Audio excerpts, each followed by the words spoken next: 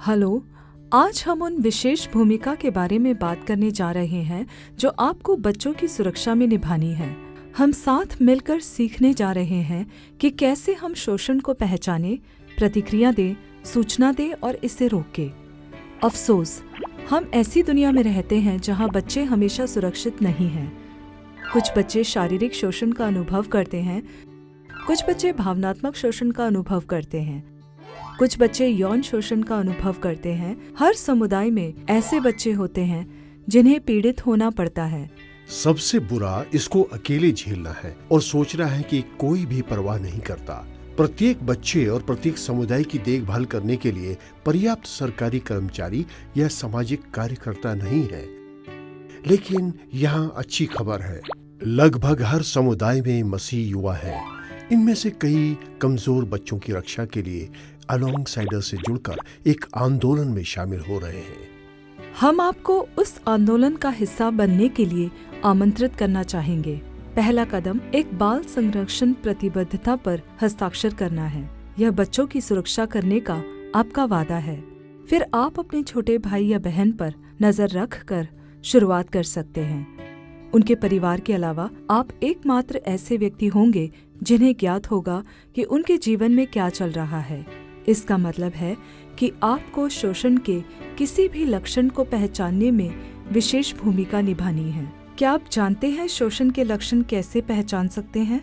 Video को रोकें और सोचें कि आप किस प्रकार के शोषण के संकेत को देख सकते हैं। 10 तक की सूची बनाने की कोशिश करें।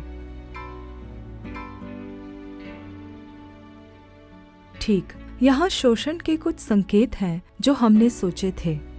शारीरिक शोषण। पहला, जलन, चोट, निशान या टूटी हुई हड्डियां। दूसरा, बच्चा घर जाने से डरता है। और तीसरा, बच्चा दूसरों के प्रति असामान्य रूप से आक्रामक है। यौन शोषण। पहला, बच्चे को नीचे बैठने में दर्द होता है।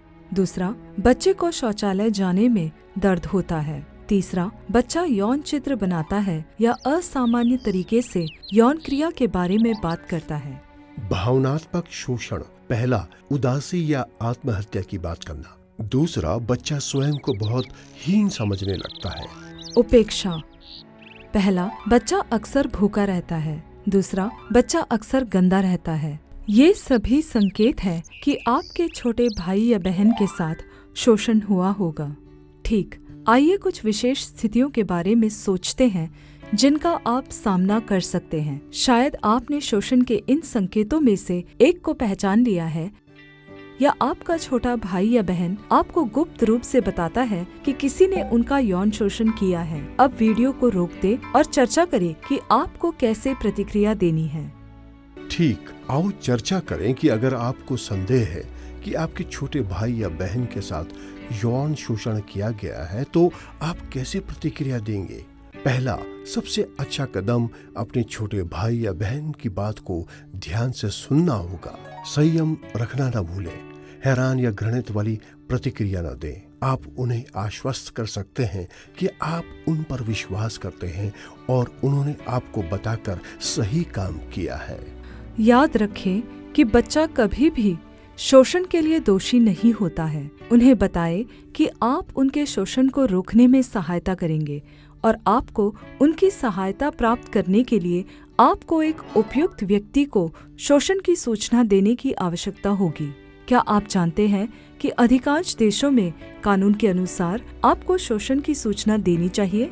भले ही आपका छोटा भाई या बहन आपसे शोषण को गुप्त रखने के लिए कहे, आपको अपने अलोंगसाइडर्स के समन्वयक को बताना होगा ताकि वे जांच कर सके। अन्यथा शोषण जारी रह सकता है और अन्य बच्चों को भी खतरा हो सकता है। यह महत्वपूर्ण है कि समस्या को स्वयं हल करने का प्रयास न करें। आपको इसकी सूचना देना आवश्यक है। क्या आप उन 5 लोगों का नाम बता सकते हैं जिनसे आपको सहायता मिल सकती है? वीडियो को रोकें और उन 5 लोगों के बारे में सोचें जिनसे आप शोषण की स्थिति में सहायता ले सकते हैं। ठीक, आपको कैसे ज्ञात हुआ? यहाँ कुछ लोग हैं जिनके बारे में हमने सोचा। पहला, आपके पादरी या अन्य गांव के अगुए। दूसरा, पुलिस से संपर्क करना। तीसरा, आपके अलोंगसाइडर्स के समन्वयकों से बात करना। चौथा, बालक सहायता केंद्र पर टेलीफोन करना। पांचवा, या मानव अधिकार NGO से संपर्क करना। ये सभी वे अच्छे लोग हैं जिनकी सहायता आप उस समय ले सकते हैं जब आपका छोटा भाई या बहन खतरे में है। अपनी उंगलियों पर उन्हें अब गिने। अंत में आप शोषण को रोकने में सहायता कर सकते हैं। अपने छोटे भाई या बहन को सिखाएं कि उन्हें किसी भी तरह के स्पर्श से सुरक्षित रहने का अधिकार है जो उन्हें पसंद नहीं है। हमारा शरीर हमारा है और किसी को उन्हें छूने का अधिकार नहीं है। हमने एक कॉमिक प्रकाशित किया है जिसे आप अपने छोटे भाई या बहन के साथ पढ़ सकते हैं। यह कॉमिक उन्हें सबसे महत्वपूर्ण चीजें सिखाती है जो उन्हें शोषण को रोकने और जवाब देने के बारे में जानने की आवश्यकता है। कॉमिक को एक साथ पढ़ें और अच्छे स्पर्श और बुरे स्पर्श के बीच अंतर के बारे में बात करें। क्या आप स्वयं अंतर जानते हैं? अब वीडियो बंद करें और एक समूह में चर्चा करें। ठीक, अब आप जानते हैं कि कैसे शोषण को पहचाने, प्रतिक्रिया दे, सूचना दे और इसे रोके। आप पूरी दुनिया के युवकों के एक आंदोलन का हिस्सा हैं जो बच्चों की सुरक्षा के लिए काम कर रहे हैं। हम सब मिलकर दुनिया को बच्चों के लिए सुरक्षित जगह बना सकते हैं।